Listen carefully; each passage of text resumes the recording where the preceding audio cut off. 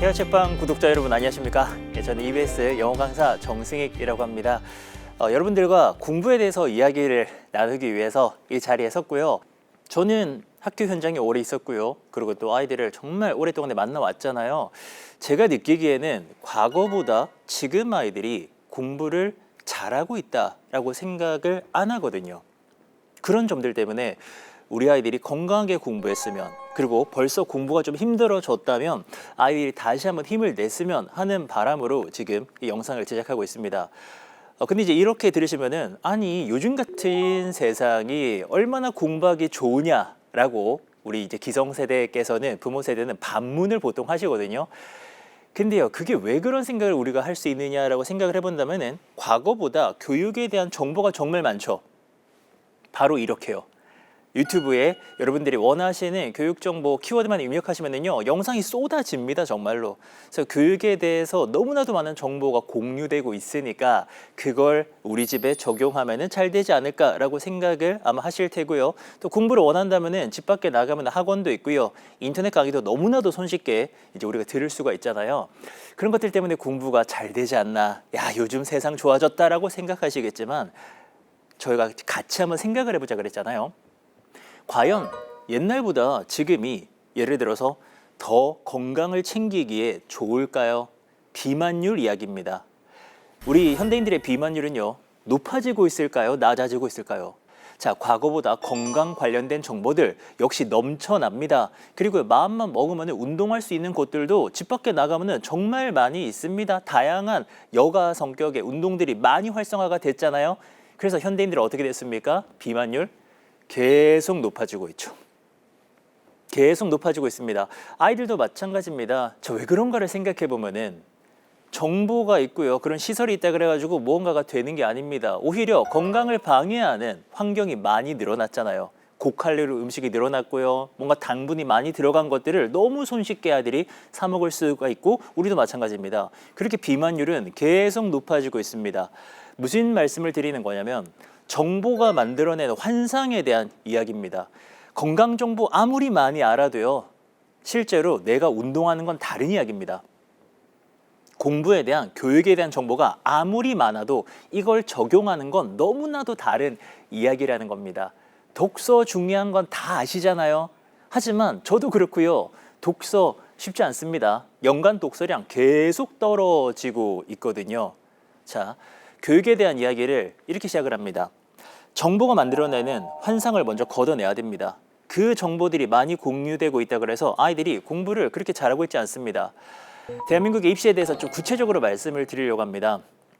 저는 교육 현장에 오래 있었기 때문에 이제 입시에 대한 이야기는 정확하게 드릴 수밖에 없는데요. 기본적으로 과거보다 이 수능이라던가 고등학교, 내신, 대학을 가기 위한 가장 중요한 관문이죠. 이게요, 점점 더 어려워지고 있습니다. 여기에는 여러 가지가 이유가 있지만 사실 저도 부모거든요. 저도 아들, 딸이 있습니다. 이 기성세대가 만들어낸 현상이라고 생각을 합니다. 왜냐하면 이 영상을 보시는 여러분도 저도 뭐 교육 과정에 뭐 이게 기여한 바는 없습니다. 관여하지도 않았습니다. 하지만 분명히 우리 세대가 아이들을 더 일찍 더 많이 공부를 시키고 있잖아요. 자, 그 마음은 이해합니다. 저도요, 매일매일 공부하고 있어요. 아이들이랑 오늘도 집에 가면은 저녁까지 10시까지 11시까지 계속 공부하고 있습니다. 저희 아이들 초등학생입니다. 여러분도 비슷하시죠? 요즘 초등학생 아무도 안 놀아요. 자, 근데요, 우리가 이렇게 하고 있죠. 그러면 어떤 일이 벌어지느냐, 극상위권들이 생깁니다. 옛날에도 20년 전에 태어났어도 전교 1등을 했을 아이가 지금 태어나면 고등 때가 아니라 초1부터 또는 미취학 때부터 공부를 한다고요. 그러면 이 아이들이 정말 잘하게 됩니다. 그리고요, 고등학교 내신이나 수능은 그 아이들을 변별해야만 합니다. 그러다 보니까 시험은요, 갈수록 어려워지는 겁니다. 한 번 어려워진 시험은, 특히 수능 같은 경우에는 두 번 다시 쉬워질 수가 없어요. 왜냐하면 한 번 시험이 나오면 그 시험으로 다음 세대 아이들이 준비하잖아요. 기출 문제라고 하죠. 그러면은 다음 세대는 더 똑똑해집니다. 그럼 더 똑똑해진 그들을 변별하기 위한 그 다음 시험은 더 어려워지는 겁니다. 여러분들이 한번 찾아보시면 좋겠습니다. 쉽게 찾아볼 수 있습니다. 20년 전의 수능, 제가 대학 갈 때의 수능 정말 쉬웠습니다. 그 수능의 수준이라는 게요, 지금으로 따지면 중학교 1학년 수준 정도밖에 되지 않습니다. 정말 한번 찾아보시기를 부탁을 드립니다. 그리고 20년이 지났습니다. 그 얘기는 뭡니까? 매년 수능이 어려워져서 20년이 지난 지금의 수능의 수준은요, 어디까지 왔느냐. 여러 가지 방송 매체들에서도 다루지 않습니까? 미국 사람들도 못 풀어요. 옥스퍼드 대학생들도 이 문제를 제대로 풀지 못합니다. 그 수준은 사실은 미국의 한 대학교 1학년 정도가 되어야 비로소 이해할 수 있는 그런 수준까지 이르렀습니다. 자, 이게 이제 현재 수능의 어떤 현실이고요. 자, 그렇기 때문에 선생님 더 빨리 달려가야 되는 게 아닙니까? 예, 저는 그럴 수 있다라고 생각합니다. 근데요, 이게 참 어렵습니다. 이 답도 없는 이야기를 여러분들과 참 나누고 있는데요. 왜 답이 없습니까? 이렇게 하면 반드시 된다. 그런 거 절대 없어요. 그렇게 말하는 사람이 있을 뿐이죠. 이렇게 하면 이 아이가 반드시 1등급을 받으면서 입시에서 성공한다? 글쎄요. 그러면 다 1등급 받았겠죠. 입시에 다 성공했을 겁니다. 하지만 그렇지가 않습니다. 상황은 점점 어려워집니다. 지금 N수생들도 계속 늘어나고 있는데 그 N수생도 그렇습니다. 20년 전에 우리는 시험을 한번 실수하면 수능에서 좀 실수하면 아깝다, 한 번만 더 볼까, 뭐 이런 식의 N수였던 거잖아요. 지금은 아니잖아요. 지금은 상위권들이 원하는 대학을 위해서, 주로 이제 메디컬 계열을 위해서 계속 시험을 보고 있습니다. 3수, 4수, 6수, 7수, 8수라는 이야기들도 이제는 일반적이 돼버렸습니다. 근데 그 과정에서 현실적으로 이제 수능 같은 시험에서는 1등급의 절반 이상은 다 N수생 거고요. 그 비중은 더 늘어날 거라고 생각합니다. 그렇다면 우리 아이를 한번 들여다볼게요. 우리 아이 공부를 잘한다라는 기준이 보통 좀 높지 않습니까? 이거 정말 쉽지 않은 상황이 되고 있습니다. 그걸 저는 숫자로 이야기한 걸 좋아합니다. 이 영상을 보시는 분들이 정말로 좀 냉정해지시면 좋겠습니다. 교육에 있어서 저도 부모지만 제일 문제는 불안한 거거든요. 우리 아이가 학원을 다녀도 불안하고요. 집에서 혼자서 공부해도 불안하고요. 불안합니다. 불안한 이유는 뭐냐면 막연하기 때문에 그래요. 내가 교육비를 쓴다 그래서 얘가 될까 불안하죠. 이 지금 공부하는 모습을 보면은 이거 뭐 교과서도 제대로 이해 못하는데 얘 지금 입시를 제대로 할 수 있을까? 되게 막연한 생각들이거든요. 그럼 불안할 수밖에 없습니다. 이럴 때는 숫자를 좀 활용하면 좋습니다. 숫자는 과학이랑 근접하거든요. 자, 수능 시험을 생각해 보겠습니다. 특히나 아이가 어리다면 반드시 수능을 바라보셔야 됩니다. 왜냐하면 초중등 성적으로 대학 가지 않습니다. 제일 많은 정보가 초등에 있거든요. 근데 그걸로 대학 가는 게 아닙니다. 결국 대학은 수능으로 가는 거잖아요. 수능의 주요 과목 국영수 중에서 영어가 제일 쉬워요. 그 다음이 수학이고요. 그 다음이 국어입니다. 일반적으로 국어 시험이 가장 난도가 높다라고 보통 측정이 되거든요. 영어가 제일 쉬운 게 맞습니다. 그래서 실제로 수험생들은요, 그렇게 영어에 대해서 엄청나게 막 스트레스 받지 않습니다. 왜냐하면 수학, 국어가, 탐구가 더 힘들거든요. 자, 그 영어 이야기입니다. 수능 영어는 절대평가 방식입니다. 그렇게 된 지가 몇 년 됐습니다. 90점만 넘으면 1등급이 나옵니다. 절대평가 이해하십니까? 상대평가는요, 제가 아무리 열심히 해도요, 제 위에 한 4% 정도가 되게 잘하는 아이들이 있으면은 저는 1등급을 받을 수가 없어요. 하지만 절대평가는 나만 잘하면 됩니다. 내가 수능 영어를 3문제 안쪽으로 틀려서 90점 넘으면 1등급이 나옵니다. 그럼 한번 상상해보고 생각해보시면요, 훨씬 더 와닿으실 텐데요. 지금 아이들 공부하는 모습을 보시라고요. 영어요? 정말 제일 먼저 교육비가 들어가고 제일 아이들이 열심히 합니다. 그 아이들이 커서 고3이 되거나 N수생이 돼가지고 수능 시험을 봤을 때 전체 수험생 분의 몇 %나 90점을 넘느냐? 작년 기준으로는요, 4.71%였습니다. 5%가 약간 안 되죠. 근데 저 중에서 약 50에서 60% 정도는 N수생이기 때문에 현역이라면 고3입니다. 고3의 1등급 비율은 2%밖에 되지 않아요. 전국 2%. 이게 어떠십니까? 생각보다 정말 적죠. 우리는 수능 영어 1등급이라는 소리를 함부로 쓰면 안 됩니다. 왜냐하면 전국에서 1, 2%만 달성 가능한 목표예요. 이 숫자를 꼭 기억하셔야 됩니다. 초등 부모님이시라면은 예를 들면 뭐 이렇게 하면은 수능 영어 1등급이 나온다. 그거 전국 1%에 들게 해주겠다라는 소리입니다. 근데 전국 1%는요, 일반적으로 생각을 했을 때 진짜 말도 안 되는 거잖아요. 예를 들어서 마라톤을 취미로 하는 동호인이 있습니다. 전국 1% 수준의 실력이다? 거의 뭐 동네는 씹어 먹어야 됩니다. 배드민턴 좋아하십니까? 전국 1%잖아요. 그러면은 정말 시에서도 손꼽히는 그런 사람이어야 전국 1%가 되는 겁니다. 저는요, 숫자만을 믿습니다. 그리고 여러분도 마찬가지 아닙니까? 이 숫자는 이미 증명이 된 거예요. 전국에서 1, 2%만 수능 영어를 1등급을 받을 수가 있고요. 이 비율은 더 늘 수가 없는 구조입니다. 시험은 쉬워질 수가 없어요. 그럼 변별력을 상실하기 때문에 그렇게는 유지가 되지 않습니다. 어떻게 해도 아이들은요, 전국에서 1, 2%만이 수능 영어 1등급을 받고요. 그보다 수학이나 국어나 탐구가 더 어렵다고 말씀을 드렸습니다. 그러니 이 아이들이 지금 처해 있는 상황이 정말 쉽지 않다라는 겁니다. 명확합니다. 과거보다 지금은요, 입시를 위해서요, 훨씬 더 많은 공부를 해야만 합니다. 근데 그런 의미에서요, 저는 현실이 인정을 하거든요. 정말 공부 많이 해야 됩니다. 20년 전이랑 비교되지 않습니다. 근데 그 공부를 이 아이들이 소화할 수 있느냐, 그리고 하더라도 건강하게 해야 될 거잖아요. 근데 그렇지가 않다라는 겁니다. 옛날보다 공부 많이 해야 되니까 더 빨리 더 많이 해야 되는 거 아닌가라고 우리가 일반적으로 다 생각을 하고 있어요. 근데 그렇게 가고 있는데 아이들이 정말 잘하고 있느냐, 그걸 우리가 이 짧지 않은 시간들을 통해서요, 이 영상에서 한번 알아보겠다는 겁니다. 저는 전국 강연을 이제 지금으로 따지면 한 2년 동안에 300회도 훨씬 더 했거든요. 가는 곳마다 아침에 도착을 하면은 주변 지역의 중학교 성적을 한번 알아봅니다. 그 성적은요, 인터넷에 다 있어요. 중학교 성적 뭡니까? A, B, C, D, E로 나누어지는 절대평가 성적입니다. 인터넷에 학교 알림이라고 검색을 하시고요. 그 사이트 들어가셔가지고요, 꼭 여러분들이 거주하고 계신 지역의 주변의 중학교 한 3-4군데 정도의 성적을 확인해 보시기 바랍니다.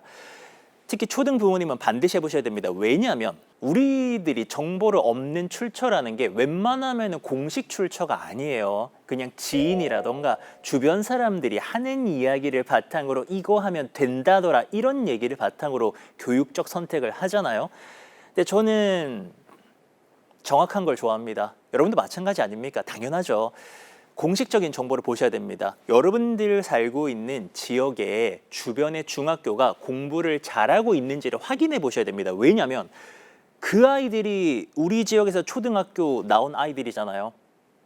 그러면 우리 아이가 초등학생이라면 우리 아이가 중학생이 됐을 때 성적을 아마 선배들이 받는 거와 비슷하게 받을 거라는 겁니다. 더 구체적으로는 A, B, C, D, E의 분포 비율을 생각해 봐야 됩니다. 만약에요, A를 한 80% 받는 지역이 있어요. 그럼 우리 아이도요, 80%의 확률로 중학교 가서 공부를 잘하겠죠. 반대로 2등급이 70%, 2등급은요 60점이 안 나오는 겁니다.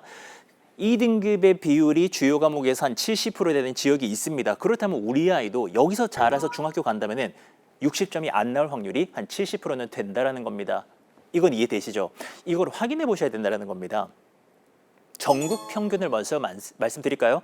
제가 뭐 강연을 300군데 하면서 최소 한 번에 5-6군데를 찍어봤기 때문에 뭐 수천 건의 학교들의 정보를 알아본 겁니다. 제가 알아본 바로는 당연히 지역차가 있고요. 다 있습니다. 그런데 전국 평균으로는 A등급이 한 30%에서 40% 정도가 됩니다. 그리고 놀라운 건 2등급의 비율인데요. 2등급이 뭡니까? 알파벳 E요. 이거 60점이 안 나오는 거거든요. 그럼 생각해 보세요. 이것도 요즘 같은 세상에 초등의 사교육 참여율 85%입니다. 그럼 나머지 15% 놀아요? 놀지 않아요. 저희 집 얘기 아닙니까? 우리 아이들은 매일매일 공부하고 있습니다. 100%가 지금 공부를 하고 있어요. 그럼 그 아이들이 중학교로 갔을 때 60점은 넘어야 될 것 같죠? 2등급이 없어야 될 것 같죠? 아니요. 2등급 비율이요, 아무리 서울이라도 아무리 학군지라도 30%는 있습니다. 그리고요, 평균적으로는 40-50%라고 생각하시면 되고요. 저는 70%도 봤어요. 어떤 지역인데 중학교 성적 데이터를 봤더니 2등급의 비율이 3학년 기준으로 3학년 1, 2학기에 평균 70%입니다. 전교생의 예를 들어서 70%가 3학년 때 수학에서 60점이 안 나온다는 소리입니다. 그러면 초등학교 때 그들은 다 놀았을까요? 요즘 그런 가정이 없다니까요. 우리 다 같이 열심히 공부하고 있잖아요. 근데 뭔가를 놓치면은 지금 중학교 때부터 공부에서 멀어진 아이들이 많이 늘어난다는 겁니다. 이 데이터는요, 지금 제 말만 믿지 마시고요. 꼭 여러분들이 직접 확인해 보시기 바랍니다. 그리고 냉정해지셔야 됩니다. A등급이 만약에 30%잖아요. 그러면 70%는 왜 A등급이 안 나올까? 이 고민을 하셔야 돼요. 그 30%가 무작정 예를 들어서 빨리 공부를 많이 한 친구들만은 아니거든요. 거기에도 진짜 교과서만 보고 공부한 아이들이 있습니다. 왜 A등급의 비율이 그리 높지 않을까? 그리고 또 하나, 2등급 얘네들은 뭘까? 왜 60점이 안 나올까? 이 고민을 정말로 많이 해보셔야 되고요. 제가 이렇게 영상을 감히 찍어서 여러분들께 전해드리고 또 전국 강연을 많이 가는 이유도요. 이 불편한 진실을 알려드리기 위해서입니다. 현재 2등급이 늘어나고 있습니다. 그리고요, 이 분포가 되게 이상해요. 만약에 A등급이 30%잖아요. 그럼 중학교 성적의 2등급도 30%입니다. 이게 일반적이에요. 거의 같거나 2등급이 더 많아요. 되게 이상하죠. 초등에서 이렇게 우리가 열심히 하고 막 빨리 가면 수능까지를 간다라고 하는데 아이들은 평균적으로 중학교 공부도 이해를 못합니다. 이 2등급이 늘어나고 있다고요. 왜 늘어나고 있을까요? 이 분포가 그리고 되게 이상합니다. 만약에요, 중학교 성적이 IQ를 따라가는 거냐면은 IQ는 정규 분포예요. 위아래가 비슷하고요. 중간이 굉장히 많아야 됩니다. 근데 그렇지가 않아요. 양 끝쪽으로 몰리고 있습니다. 왜 그런지를 반드시 고민해야 됩니다. 선행이냐 현행이냐 정답이 어디에 있을까요? 저는요, 어느 곳에나 정답과 오답이 다 있다라고 생각해요. 우리가 이제 이런 교육 얘기를 나누는 게 되게 조심스러운 게, 선행하는 집에서는 현행 얘기하면 굉장히 불편해하고요. 또 현행하는 집에서는 선행에 대해서 좀 비판적으로 보는 경향이 있는데 저는 절대 아니라고 봅니다. 왜요? 어느 곳에서나 성공 사례가 있어요. 선행하면은 예를 들면은 가령 정말 진짜 매정한 엄마가 막 아이를 공부 많이 시키느냐? 아니요. 거기도 따뜻하게 공부 많이 해서 잘 되는 경우가 있고 또 반대로 아이가 망가지는 경우가 있죠. 현행을 하면 집에서 공부하면 잘 됩니까? 잘 되는 경우가 있죠. 있습니다. 원하는 교육의 결과 다 얻어내는 가정이 있고 또 집에 있음으로 인해서 오히려 더 공부를 안 하면서 망가지는, 원하는 것을 얻지 못하는 그런 가정들도 있습니다. 우리는 이 모든 사례를 보고 있어요. 근데 뭐가 맞다? 이 선행이냐 현행이냐 사이에서 선택을 하라는 건, 이거는 저는 합리적인 생각이 아니라고 생각합니다. 왜? 모든 사례들이 다 있으니까요. 저는 공부에 대해서 좀 패러다임의 전환이 필요하다라고 생각합니다. 지금까지 짧지 않은 시간 이야기를 들으시면서 제가 드리고 싶었던 얘기는 그런 겁니다. 입시가 힘들어지고 있으니까 더 빨리 더 많이 공부해야만 한다. 그걸 버텨내면은 네가 이기는 거다. 이런 식의 접근은 참 이게 위험합니다, 사실은. 거의 다가 그런 식으로 공부를 하고 있는데 그게요, 중학교 성적을 보게 되면 쉽지 않은 이야기거든요. 조금 더 챙겨야 될 것들을 챙겨야 된다라고 생각하고요. 만약에 아이가 초등이라면 저는 그런 생각합니다. 부모는 교육의 결과를 좌우할 수는 없거든요. 농사랑 굉장히 비슷합니다. 농부가 가을에 어떤 과실이 열릴지를 감히 예측하기 어렵습니다. 다만 노력은 하죠. 땅을 비옥하게 만들고요. 시기에 맞게 해야 될 것들을 하고요. 그러면은 어쨌든 확률적으로는 가을에 자기가 원하는 그런 결실을 맺을 확률이 높을 겁니다. 저는 토양을 가꾸는 게 되게 중요하다고 생각해요. 토양이 척박하면 거기서는 아무것도 나오지 않습니다. 먼저 제일 중요한 것들을 챙기는 게 우선이라고 생각을 하거든요. 공부의 진짜 의미에 대한 건데요. 저는 아이들에게 이런 질문을 던집니다. 여러분, 공부 잘하고 싶어요? 그러면 공부를 위해서 스마트폰을 버릴 수 있나요? 한 200명의 학생들의 대상으로 이런 얘기를 하잖아요. 적막해집니다. 분위기 굉장히 이상해집니다. 근데요, 이게 참 이상한 겁니다. 저는 우리 세대가 아이들에게 핸드폰을 예를 들면 사주고 쓰도록 해주고 공부를 잘하기를 바라고 있습니다. 저는 이게 참 힘든 일이라고 생각을 하거든요.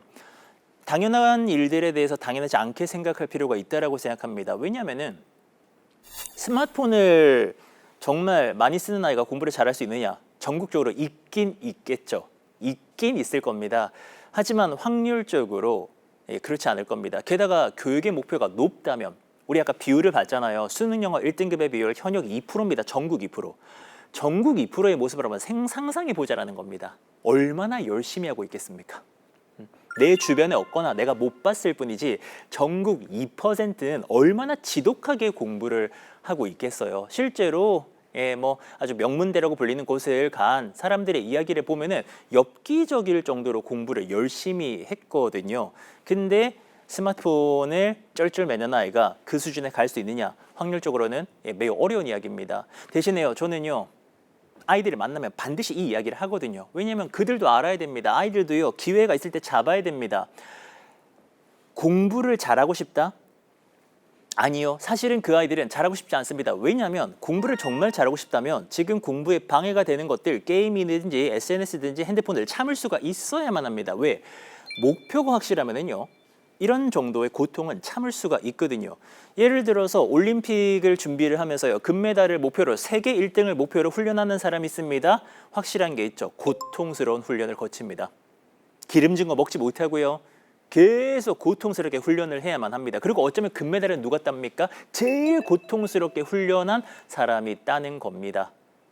자, 그리고요, 만약에요, 저는 해본 적이 없지만 바디 프로필을 찍고 싶은 어떤 한 직장인이 있습니다. 이 사람은요, 운동 진짜 열심히 할 겁니다. 맛있는 게 있어도요, 고칼로리 음식 먹지 않을 겁니다. 왜요? 목표가 확실하기 때문에 그런 겁니다. 목표가 확실하면 그만한 고통을 참을 수 있다라는 뜻입니다. 근데 아이들이 공부에 방해가 되는, 나에게는 다소 고통스러운 핸드폰을 참는다라던가 게임을 참는다라던가 이게 안 되잖아요. 이 얘기는 뭐냐면은 공부를 그렇게까지 잘하고 싶지 않다라는 겁니다.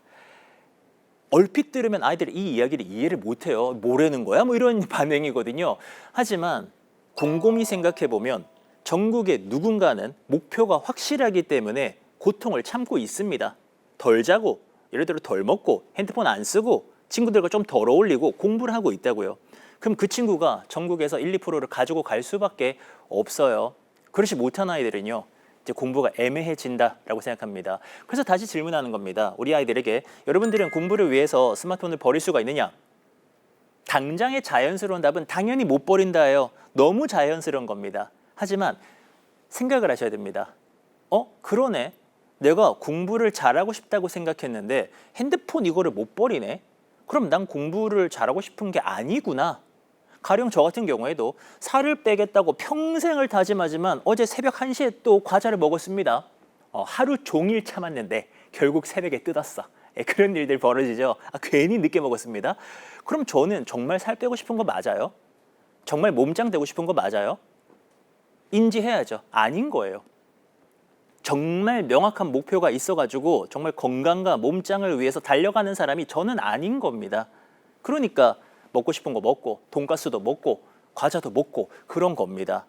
아이들도 인지를 해야만 합니다. 지금 내가 게임을 즐기고 스마트폰을 한다는 게 공부와 어떤 상관이 있는지를 반드시 인지해야만 합니다.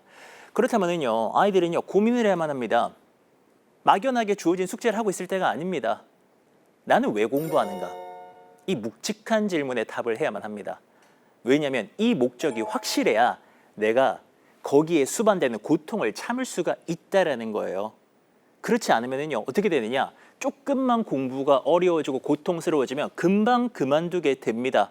그게 이제 빠르면 초등 고학년, 늦어도 중학교 2학년 때는 오거든요. 왜? 공부가 어렵다라는 거는 힘들다는 소리예요. 고통스럽다는 소리입니다. 놀지 못하고요, 공부량이 늘어난다는 소리입니다. 그거를 못 참아요. 아이들이 이 얘기를 들으면 참 기분 나쁘게 들을 수도 있지만 못 참게 됩니다. 그러면서 이제 점점 공부에 멀어지면서 중3 때 성적 아까 보셨잖아요. 그렇게 멀어진 아이들이 2등급의 30%에서 많은 지역은 50% 이상 지금 분포가 되어져 있다는 겁니다. 뭐가 문제인 겁니까? 이 아이들이 공부를 왜 해야 되는지를 아무도 얘기를 안 해주고 있습니다. 같이 논의를 안 하고 있습니다. 왜요? 그냥 주어진 커리큘럼을 네가 몇 학년 됐으니까 이거 하고 해야 된다라고만 얘기들 하고 있거든요. 하지만 되지 않습니다. 왜요? 잘 되고 있다면 중학교 성적이 그렇게 분포가 나올 수가 없거든요. 진짜 공부는 뭐냐면 정말 자기의 뜻대로 목적을 가지고 건강하게 공부하는 겁니다. 이거는요, 결과를 떠나서 우리 아이들이 건강하게 공부를 하기 바라기 때문에 제가 말씀드리는 겁니다. 저는 우리 부모 세대들의 어떤 교육열 때문에 아이들에게 너무나도 자기가 스스로 공부를 생각할 수 있는 기회들이 많이 없어졌다라고 생각을 하거든요. 그렇게 이제 아이들은요, 난 어떤 인생을 살고 싶은지, 어떻게 내가 공부를 해야 되는지, 왜 이 공부를 잘해야 되는지, 그래서 어떻게 이 고통을 참을 것인가, 이런 거에 대한 생각을 많이 못하고 굉장히 막연한 과정들을 통해서 공부를 하고 있거든요. 대한민국에서는 입시의 성공 공식이 기본적으로 뭐 재능과 노력, 선행 정도로 이제 구성이 된다라고 한다면은, 사실은 저는요, 이제 공식을 한번 제시를 해본다면은 재능 곱하기 노력 더하기 선행이라고 생각하는데, 결국에는 이 아이가 노력이 0이 되면은 이 공식은요, 완전히 망가지게 되는 겁니다. 재능이나 선행, 교육의 결과에 영향 미칠 겁니다. 하지만 노력을 안 해버리면 결국에는 빠르면 초등 고학년, 늦어도 중학교 때에는 공부가 멈춰버리거든요. 근데 그 노력은 뭘 말하는 겁니까? 내가 어느 정도 고통을 참으면서 공부하는 겁니다. 그런 준비를 아이들에게 시켜줘야 됩니다. 대다수 아이들은요, 이렇게 공부합니다. 가짜 공부라고 이름 붙이기도 참 슬프게 아이들 참 힘들게 공부를 하긴 하지만 기본적으로 공부의 목적을 고민할 기회가 없어요. 그래서 그냥 너 초2니까 뭐 해야 돼? 초3이니까 뭐 해야 돼? 초등 고학년 뭐 영문법 해야 돼? 이런 식으로 그냥 시키는 공부만 합니다. 그러니까 당연히 시험 기간에만 공부하고 나머지 때 놀죠. 근데 자기도 알아요. 그렇게까지 자기가 열심히 안 한다는 것을 막연하게나마 알고 있습니다. 대신에 힘들죠. 이걸 왜 하는지를 모르기 때문에 공부가 딱 힘들어지는 순간에 고통스럽다고 생각을 합니다. 근데 인간은 그렇습니다. 스트레스 쌓이면 풀어줘야 됩니다. 그래서 아이들은요, 게임이나 핸드폰을 더 멈추지를 못하게 되는 겁니다. 이 아이들에게 공부는 내내 그냥 시켜서 하는 거다라는 인식이 강하거든요. 근데 문제가 있습니다. 입시는 결국 상대평가가 됩니다. 상대적으로 누가 생겨납니까? 진짜 공부하는 아이들이 있단 말입니다. 이 친구들의 가장 큰 출발점의 차이는 공부하는 목적을 알고 있어요. 그걸 찾아가고 있는 겁니다. 그 주로는 이제 진로죠. 그래서 자기의 진로에 대해서요, 관심도 있고요, 확신도 있습니다. 그러다 보니까 내가 목표가 확실하니까 게임이나 핸드폰을 통제할 수도 있고요. 이 친구들 내내 공부합니다. 시험 기간 외에도 계속 공부하고요. 그릿이 열정과 끈기인데요. 열정을 가지고 노력을 계속합니다. 그리고 결국 마지막에 제가 이제 다음 시간에 말씀드릴 몰입의 단계까지 들어가 버리면은 자기가 원해서 공부를 많이 하면서 탁월한 경지를 가버리면 이 친구를 이길 수가 없는데요. 재밌는 것만요. 이 친구들은요, 공부는 힘들어도 내가 하는 거다. 마치 이 강의를 30분 남짓 들으신 여러분들이 조금 피곤하지만 들을만 했다 라는 느낌이 뭐 드실 수가 있는 거잖아요. 예, 그런 것처럼 자기가 원해서 무언가를 한다라는 거는 힘들지만 괜찮은 느낌이거든요. 그래서 진짜 공부를 하는 친구들은요, 남들보다 공부를 더 많이 하면서도 보람 있다라는 생각으로 충족감 가지고서 살아버립니다. 그러면 더더욱 좋은 결과가 나올 수밖에 없죠. 자, 이렇게 이제 첫 번째 이야기를 마치고요. 저희는요, 이제 다음 시간에 그러면 또 구체적인 그러면 진짜 공부가 어떻게 하는 것이냐 궁금하실 수가 있잖아요. 바로 이어서 다음 영상에서 진짜 공부를 위한 이 각 단계별로 여러분들께 또 지침을 같이 나누도록 하겠습니다. 일부 경청해 주셔서 감사합니다.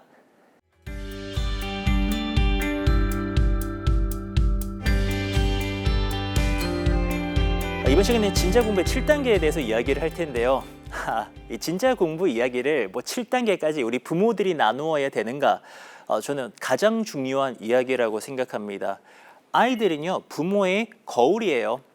명확하죠? 이 아이들은요, 저의 유전자가 많이 들어가 있고요. 평생을 같이 살면서 제 걸 따라 있습니다. 아이들은 우리 거울입니다. 혹시 아이의 모습이 어떤 면에서 마음에 안 든다라고 느껴지신다면 사실 그거 내 거예요. 그러면은 내가 바뀌면 그 아이가 힘을 낼 가능성, 바뀔 가능성이 매우 높다라는 겁니다. 뭐 전국에서 1%의 공부법을 우리 아이에게 적용했을 때 그게 다 된다면 누구나 공부를 잘해야 해요. 하지만 그렇지가 않습니다. 무언가 우리 아이가 잘 되지 않습니다. 그때는요, 우리가 먼저 바뀌고 힘을 내야만 합니다. 진짜 공부의 7단계는요, 우리도 분명히 느끼는 바가 있을 수 있는 내용들입니다. 느끼는 바가 있다면 내가 먼저 바뀌겠다. 그리고 넌 좀 따라와라. 이런 느낌으로 가보시면 좋을 것 같습니다.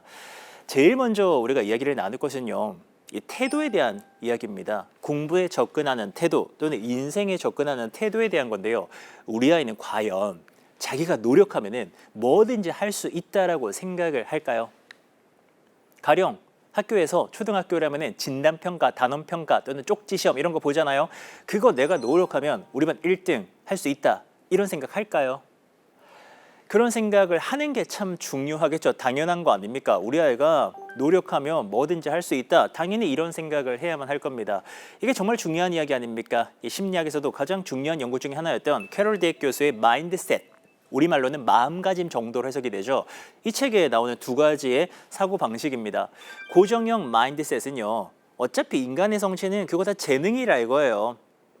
그러니까 누군가 성취를 이룬 사람을 보면서 그냥 그거 재능이다라고 생각하는 겁니다. 그리고 노력으로는 할 수 있는 게 없다라고 생각하는 거죠. 고정형 마인드셋입니다. 성장형 마인드셋은 아니다. 그래, 재능 영향 주겠지만 노력하면 다 할 수 있다. 이렇게 생각하는 겁니다. 당연하지만 이름에서 티가 나죠. 성장형 마인드셋이 아이들에게 너무나도 중요할 수밖에 없습니다. 공부에서도요, 이 영향은 굉장히 커요. 이 캐럴 데이크 교수의 책을 보면은 실제로 실험한 내용 중에 그런 게 있습니다. 고정형 마인드셋, 다시 말해서 어차피 다 재능인데 뭐 노력으로 뭘 하냐, 이런 식의 생각을 가진 아이들은요, 시험을 못 보잖아요. 그러면 다음 시험에서 오히려 공부를 덜 하겠다라고 설문에 답합니다. 이게 무슨 황당한 소리입니까? 중간고사를 못 봤는데 기말고사 때는요, 저 더 공부 안 하려고요, 그래요. 근데 그도 당연합니다. 왜냐하면 이 친구는, 이 학생은 노력해서 뭘 할 수 없다고 생각하기 때문에 뭐하러 구태여 노력하냐, 이런 생각을 하는 겁니다. 그리고 이런 답도 합니다. 컨닝도 내가 하겠다. 부정행위까지 하겠다라는 겁니다. 왜? 내가 노력해가지고는 될 수가 없으니까 부정한 방법까지를 써가지고 성취하겠다, 이런 생각을 하게 되는 겁니다. 고정형 마인드셋은 아이의 공부에 최악의 결과를 가져올 수밖에 없어요. 그럼 여기까지 들으시면서 그럼 누구나 어떤 부모라도 아이가 성장형 마인드셋을 가지기를 원하잖아요. 근데 성장형 마인드셋, 다시 말해서 노력하면 뭐든지 할 수 있다는 그 생각은 작은 성취에서부터 출발합니다. 예를 들어서 받아쓰기 첫 시험에서요, 절반 넘게 틀린 아이가 있습니다. 초등학생이겠죠. 이 아이가 다음 시험에 정말 기를 쓰고 준비해가지고 밤새도록 외워가지고요, 다음 시험 100점 받은 겁니다. 반에서 1등 찍었어요. 이 아이의 인생은 변할 겁니다. 왜요? 인생에 대한 마음가짐이 바뀔 거거든요. 나도 노력하면 되는구나. 나도 되는구나. 내 힘으로 할 수 있구나 라고 느끼게 되거든요. 저는 조금 염려스러운 부분들이 있습니다. 저는 공부를 많이 하는 걸 참 좋아합니다.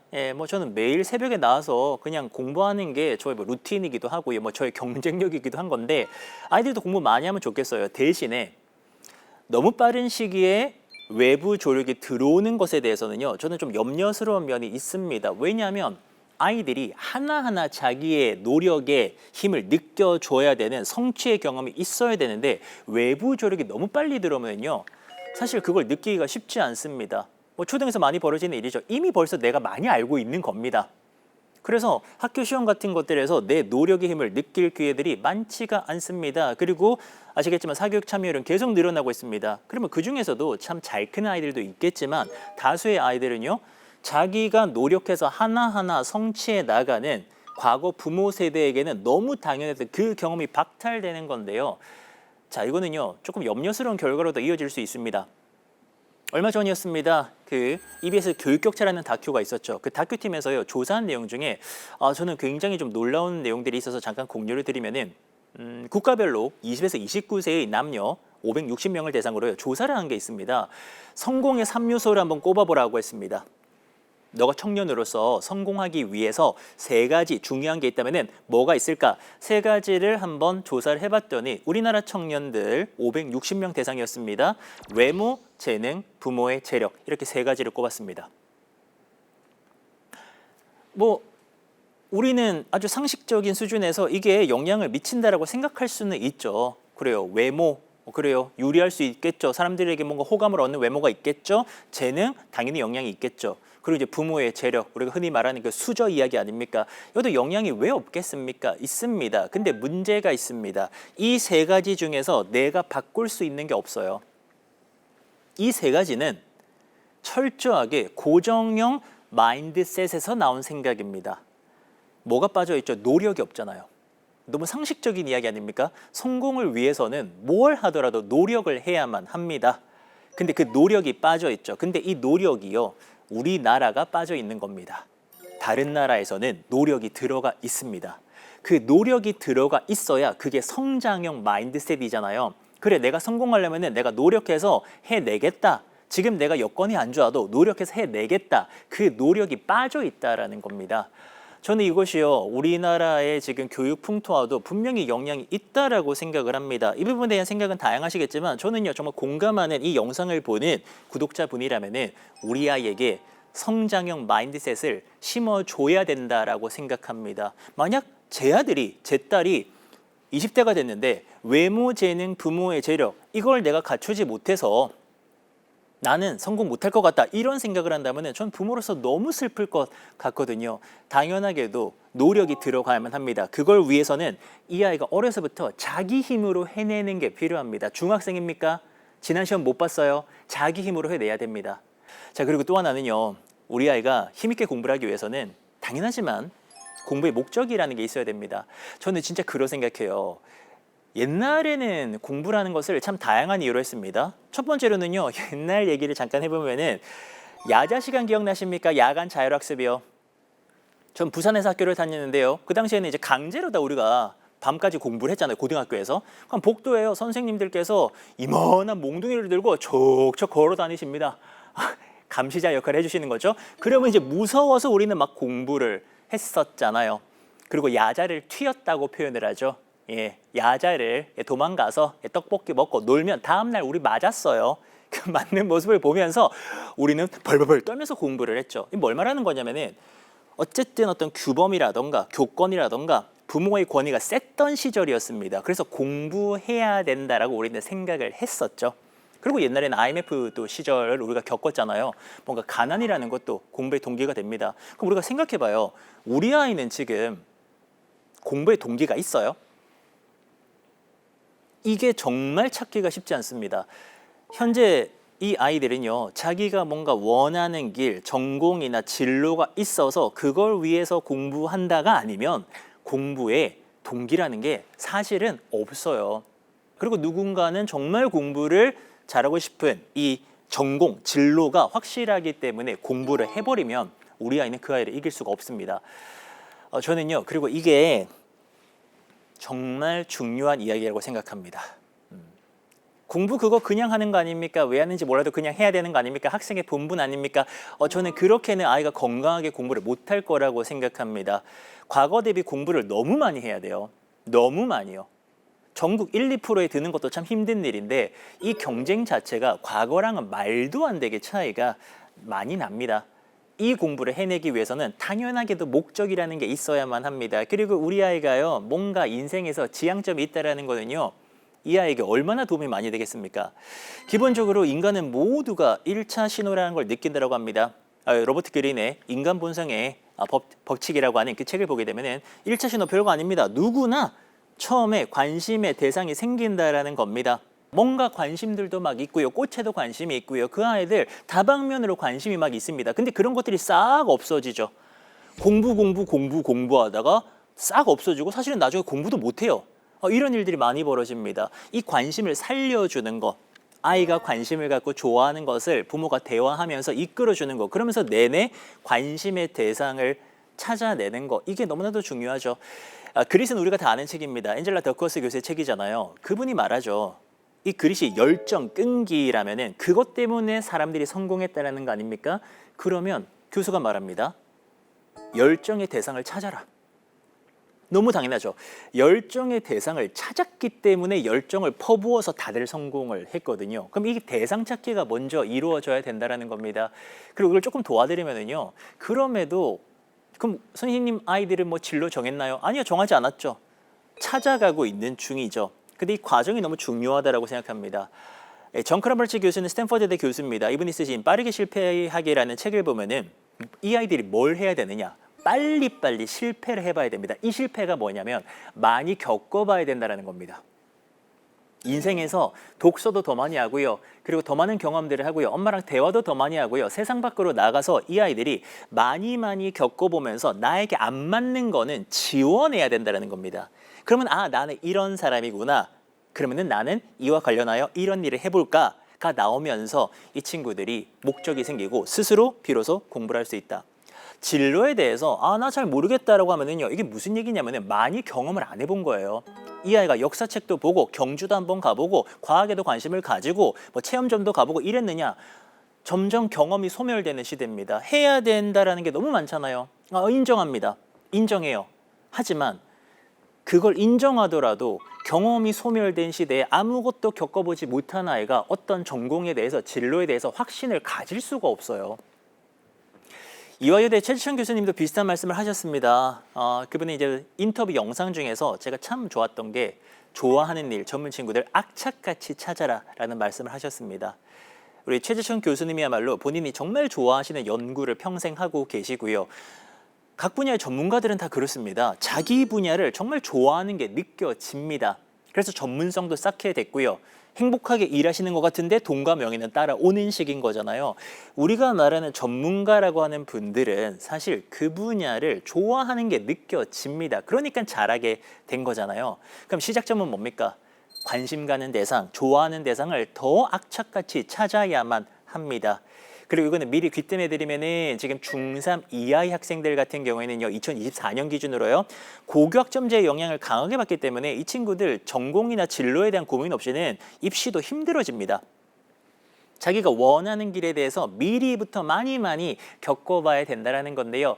많은 걸 겪어보고 도서관 가서 분야별로 책 보고 이렇게 하면 나중에 같은 걸 고르더라도 옆에 있는 친구들보다 훨씬 더 확신 있게 고를 수밖에 없고 그 마음이 이 친구들이 공부하는 원동력이 아마 될 겁니다.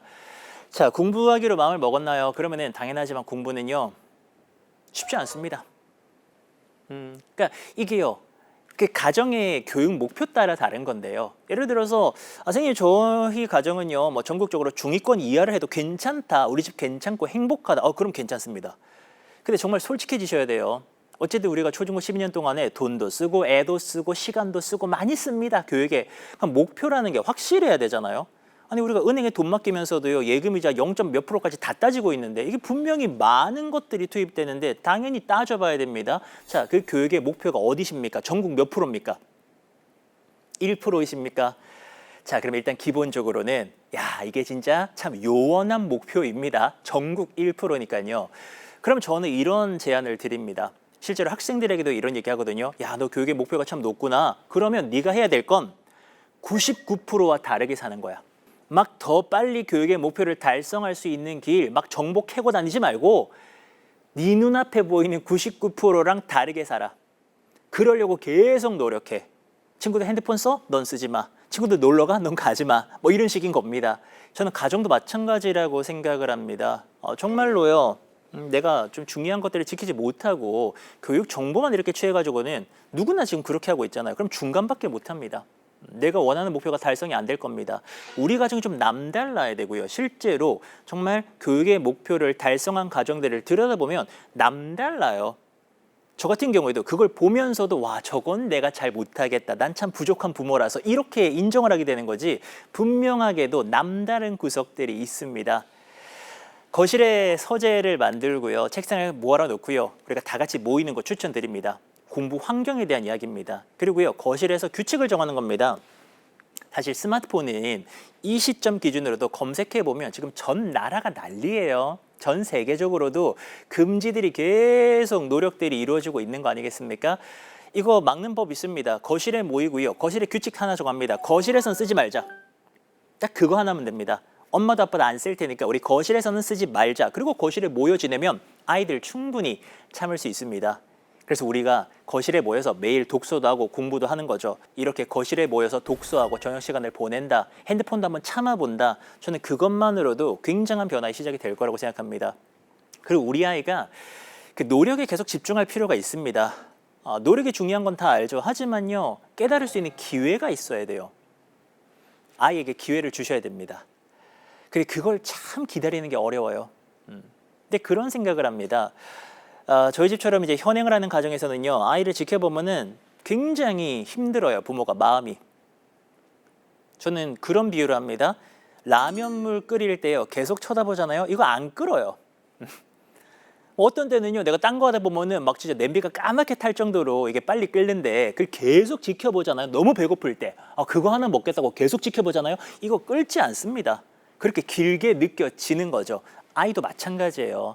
부모가 자기 일 하면서 성장 노력하면서 보면은 어느덧 아이는 많이 커 있어요. 키도 마음도 되게 많이 커 있습니다. 왜? 그 아이도 놀지 않거든요. 많은 것들을 하고 있거든요. 근데 계속 지켜보잖아요. 그럼 엄청 불안해져요. 이 단어 왜 모르지? 이거 왜 못 풀지? 이거 왜 틀리지? 나눗셈 왜 아직 못하지? 야, 분수 왜 계속 틀리지? 이런 생각이 들 수밖에 없다라는 겁니다. 자, 그러면 어떻게 됩니까? 내가 불안하니까 자꾸 막 도와주고 싶고 막 이렇게 되거든요. 그러면은요, 사실 우리도 애를 쓰는 거지만 이 아이는요, 아까 말씀드렸던 성장형 마인드셋, 내 노력의 힘을 깨달으려면은 진짜 내가 노력해서 뭘 해내야만 합니다. 아이가 뭔가 공부에 위기 왔습니까? 온 가족이 원팀이 돼서 이 아이가 해내야만 합니다. 그래야만 노력하면 할 수 있구나라는 생각을 갖게 되면서 주변에 성취한 사람을 볼 때에도 저거 재능이야. 저거 뭐 부모가 잘나서 이런 소리를 안 한다라는 겁니다.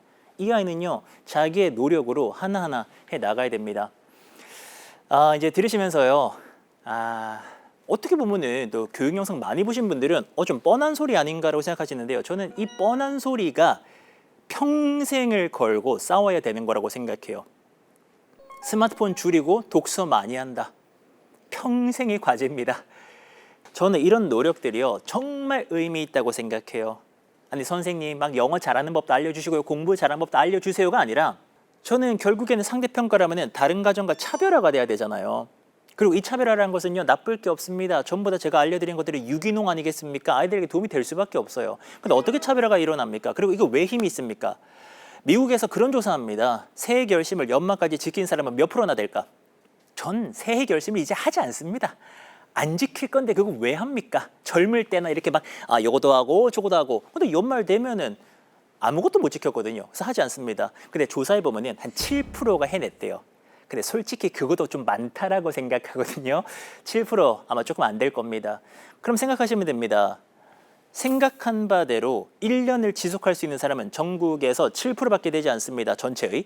그럼 이거를 이 아이가 5년, 10년, 12년, 초중고 12년 동안에 내가 생각한 거를 그대로 실천해낸다. 그 비율은 전국 1%밖에 안 될 거라고 생각해요. 공부할 때는 핸드폰을 멀리한다. 집중 딱 한다. 그리고 공부 환경 만든다. 독서를 최대한 많이 한다. 이거요, 쉽지 않습니다. 1년을 지속하고 3년, 5년 지속하면 이 아이는 엄청난 경쟁력이 생길 거다. 거기서 엄청난 격차가 벌어질 거다라고 생각을 합니다. 그리고요, 이 아이가요, 그렇게 이제 가다 보면은 결국에는 공부에서 몰입의 단계에 들어가게 됩니다. 몰입은 우리 또 책 보시는 분들은 미아이 칙센 미아이 교수나 우리나라 황능문 교수님이 이제 많이 말씀하셨잖아요. 저도 몰입책을 왜 봤냐면은 처음에 그런 말이 적혀 있습니다. 몰입은 쾌감과 관련이 되어져 있습니다. 인생의 즐거움이요. 우린 다 즐겁고 싶잖아요. 근데 일반적으로 여가를 즐겨야 즐거운 것이냐, 쾌감이 나오냐, 맞는 소리입니다. 하지만 일을 할 때도 공부를 할 때도 쾌감이 느껴진다라는 겁니다. 어떤 단계에 가면? 몰입 단계에 가면. 그럴 수 있죠. 근데 몰입은 두 가지 조건이 필요합니다. 첫 번째로는요, 실력이 좋아야 돼요. 당연하죠. 테니스 못 치는 사람은 몰입되지 않습니다. 골프 못 치는 사람은요, 골프가 재미없어요. 잘해야 됩니다. 그리고 내 수준에 맞는 도전 과제를 딱 부여받았을 때 시간이 순식간에 지나가고요, 실제로 도파민이 나오면서 우리는 즐겁다라는 겁니다. 고등학교에서 몰입은 너무 중요합니다.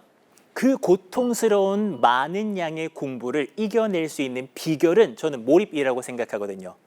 전교 1등 나름 재밌어요. 공부하는 게. 왜? 잘하니까. 심플한 이야기입니다. 수학 잘하는 친구는요, 수학 문제 푸는 거 재밌어요. 영어 잘하는 친구는 영어 문제 푸는 거 재밌다라는 겁니다. 저도 그렇게 평생 영어 강사를 하고 있답니다. 그럼 초중등에서 뭐가 필요합니까? 정말로 수단과 방법을 가리지 않고 잘해야만 하는데 말 조심해야죠. 수단과 방법은 가려야 됩니다. 건강하게 해야 됩니다. 근데 그 건강하게 어떻게 해야 됩니까? 핸드폰을 멀리하고 독서를 가까이 하고 저녁마다 노력하고 힘든 일이 있어도 내 노력으로 하나하나 해내면서 결국 잘하게 되면 고등학교에서는요, 좀 재밌어요. 왜요? 잘하니까요. 그리고 잘하면 얼마나 또 많은 보상들이 따라옵니까? 친구들도 인정해주죠. 선생님들도 좋아하죠. 많은 것들이 또 인생에서 보상으로 주어지게 됩니다. 몰입 단계까지 무조건 가야 돼요. 결국 그 몰입의 그래프도요, 실력이 없잖아요. 그러면은요, 걱정과 불안밖에 없어요. 고등학교 가면, 그래서 다수의 아이들은요, 실력이 부족하면 걱정 불안하기만 합니다. 근데 이것도 당연한 겁니다. 원래 그런 거니까 실력을 쫙 높이셔야만 합니다. 자, 마지막 이야기는요, 진짜 인생에 대한 이야기입니다. 저는 진짜 부모로서 이런 생각합니다. 여러분도 마찬가지 아니십니까? 아이가 행복하기를 바라시죠. 건강하고요, 그죠? 더 건강해 행복할 수 있으니까 건강하고 행복하기를 바란다. 그리고 어쩌면 대한민국에서 우리가 부모들이 이렇게까지 열심히 교육에다가 올인도 하고 열심히 노력하는 이유는 아이가 행복하기 위해서라고 생각하시는 거잖아요. 근데 이게요, 조금 더 생각해 볼 필요가 있다고 생각합니다. 공부를 많이 해서 명문대 들어가서 좋은 직장 가면은 무조건 행복하냐? 그렇지는 않거든요. 그렇지 않다라는 것을 많은 실험과 연구에서 증명을 하고 있습니다. 이미 우리 기성세대는 각 직장에서 일터에서 이거를 무조건 경험했어요. 똑같은 일을 하는데 이 사람은 되게 행복해 보이고 이 사람은요 퇴근 시간만을 기다립니다. 왜 그런 일이 안 벌어집니까? 매일 매 순간 지금 벌어지고 있습니다. 그럼 우리는 부모로서 아이에 대해서 이야기를 할 때는요, 우리 아이는 어느 쪽이어야 됩니까? 무슨 일을 하더라도 자기가 원한다고 생각하면서 행복하게 해야만 하는 거잖아요. 근데 그게요 어느 날 운명처럼 찾아오지 않는다라는 겁니다. 그런 건 환상입니다. 어느 날 갑자기 야 너는 역사 전공해라, 하늘의 계시처럼 너는 소설 써라 대박난다, 그런 거 없잖아요. 아주 어릴 때부터 내가 좋아하는 걸 쫓아가면서 점점 발달시키고 성숙시켜 나갔을 때, 그래 나는 이런 사람이니까 이런 일하면 잘 맞겠다라고 그렇게 길을 선택했을 때 결국 우리 아이가 행복하다고 느낄 겁니다. 저는 우리 아이가 그렇게 행복하면 좋겠습니다. 진짜 인생에 대한 이야기로 마무리를 합니다. 결국에는요, 공부에 대해서 다시 한번 정리를 드린다면은 누구나 공부를 잘할 수가 없어요. 그 왜 그런지 아십니까? 우리가 생각하는 공부를 잘한다는 기준이 높아서 그래요. 전교생 중에 한 반 이상만 해도 넌 잘하는 거다 그러면은 전국의 다수의 아이들이 행복할 겁니다. 하지만 우리가 말하는 고등에서의 내신 1등급, 수능 1등급은 정말 소수잖아요. 그럼 90%의 아이들은요 적어도 공부를 잘한다고 마지막에는 결국에는 인정을 못 받는다라는 겁니다. 저는 그 아이들이 행복할 수 있는 길이 있다라고 생각합니다. 자기가 원하는 걸 찾으면 되잖아요. 오늘 말씀드린 이 단계는 7단계는 입시에서 무조건 1등급 받는 길이 아닙니다. 바라건대 정말 희망하건대 원하는 길을 찾는다면은, 관심이 생기는 길이 생긴다면은, 그러면 그 아이는 공부의 힘도 얻을 거예요. 그리고 결국에는 그 길을 가니까 행복해질 확률이 높을 겁니다. 그리고 이 노력은 부모밖에 못 해줘요. 우리 애는 나밖에 모르잖아요. 우리 애가 무엇에 관심이 있는지 매일 저녁 얘기해주고 끌어내줄 수 있는 사람은 엄마 아빠밖에 없다라는 겁니다. 주로는 어머님이시죠. 그 우리밖에 할 수 없는 그 역할을 해야만 한다라고 생각을 하고요. 그리고 끝으로는요, 제가 이제 숫자 얘기를 많이 드렸잖아요. 왜 그랬냐면은 결국에는 우리 아이가 그 기준대로는 공부가 어중간할 수 있다라는 겁니다. 그때는요 위기이기도 하지만 저는 기회가 될 수도 있다라고 생각합니다. 왜요? 아이가 성적표를 가지고 옵니다. 성적이 별로 좋지가 않습니다. 아이도 얼마나 마음 졸였겠습니까? 그때 내가 어떻게 대응하느냐에 따라서 부모는요 아이의 머릿속에 기억이 됩니다. 저는 그런 생각합니다. 결국 우리는요 먼저 세상을 떠날 거예요, 아이들보다. 그러면 뭐만 남습니까? 나는 아이들의 머릿속에만 남는 겁니다. 나라는 존재가요. 어떤 기억으로 남고 싶으세요? 아이가 낮은 성적을 받고 정말 좌절하고 집에 왔을 때 우리 엄마는 이랬다, 우리 아빠는 이래줬다, 이거 평생 기억에 남을 텐데 어떤 기억으로 남고 싶으십니까? 뭔가 공부의 위기는 반드시 찾아옵니다. 반드시 찾아옵니다. 그거를 늘 우리는 인지해야만 하고 준비해야만 합니다. 그리고 정말 그 위기가 찾아왔을 때에는요 오히려 기회다라고 생각하시면서 용기 많이 주시고요, 할 수 있다고 그렇게 말씀해 주시고요, 그리고 정말 원팀이 돼서 우리 아이들과 똘똘 뭉쳐서 이 초중고 12년을 건강하게 보내시면 좋겠습니다. 그렇게 12년 보내시면은 그 이후에도요 아이는 아마 우리 부모들을 영원히 기억할 거라고 생각합니다. 짧지 않은 시간 동안 영상 봐주신 분들 정말 감사드리고요. 저는 또 더 많은 이야기들 전국을 돌면서 나누도록 하겠습니다. 감사합니다.